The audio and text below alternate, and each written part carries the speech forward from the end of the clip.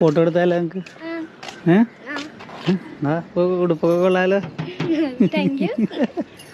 അവിടെ ഇന്ന് ഈ സൈഡിലേക്ക് അവിടെ നിന്നോ.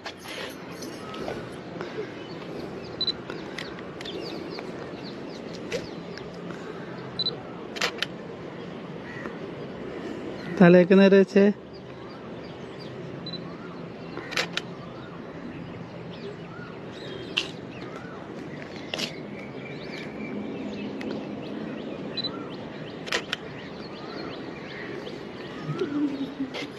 കോലം കണ്ട மடியில் ஊஞ்சல்லாடு பால உன்னோடு ஓம்பொம்மை கண்ணோடு பேசாமல்